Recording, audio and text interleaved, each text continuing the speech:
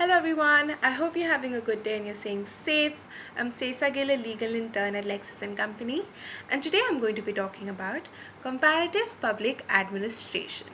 Now, comparative public administration is a comparative study of institution, processes, and behaviors in many contexts. Institutions that are part of CPA are the branches of the government. Now, the branches of the government include legislative, judiciary, and executive. The second institution that is part of CPA is the military, then there's bureaucracy, political parties, and in the end, it is the general civil society. The processes that are part of CPA are policy making, decision making, and agenda setting. Now let's talk about the history of CPA. The emergence of CPA as a field is closely linked with decolonization and expansion of nation states. CPA originated to help develop the administrative practices of developing nations. CPA has a Cold War strategy to contain communism.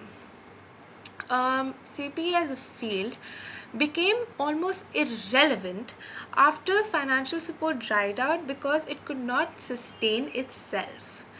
It shifted from a developmental practice to an administrative debate, to an academic debate. Changes around the world, such as financial debts, neoliberalism, etc., offer a great opportunity for the reveal of this field.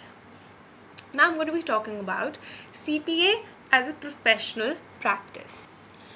Recently, CPA has been more closely linked with IGOs such as the International Monetary Fund, World Bank, and UNDP as an assistance as a form of technical assistance. The focus has become institution building to make the state more effective and responsive. The focus has moved from political administration to from public administration to public management. The emergence of EU such as has opened CPA to a new pilgrim coming from international relations. Now, CPA has been closely linked with international development agencies such as USAID, and the objective was to help developing nations to catch up with the developed world by improving practices of public sector. um, Professional faiths went hand in hand with the commitment of from developed nations to international development. The fact that most developing nations have failed to make a leap into the League of Developed Nations, and many have failed states, put into the question that professional practices put the question on professional practices of the comparative public administration. Now, I'm going to talk about the future challenges of comparative public administration. First is field identity.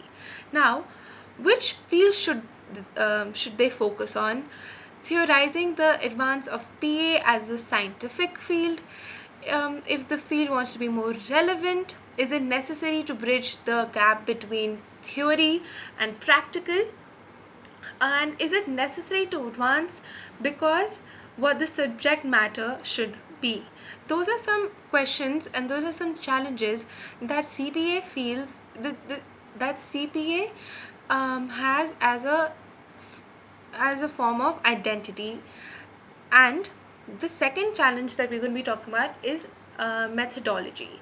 Now, methodology as a field. Now, CPA as a field claims to be comparative, and which only provides single case is doomed to failure. More truly comparisons can be encouraged. Students should be exposed to comparative research methods such as quantitative and qualitative, and explanatory, as well as evaluation policy research should be encouraged. The last challenge is pilgrim searching.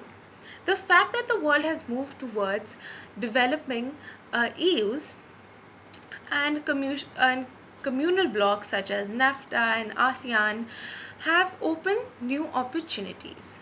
Now, as I come to the end of this topic, I would like to ask a question to the lovely viewers that are watching. That do you think that CPA has failed to make developing countries leap into the league of developed countries? You could leave your answers below in the comments, and thank you so much for watching, and I hope you have a great day.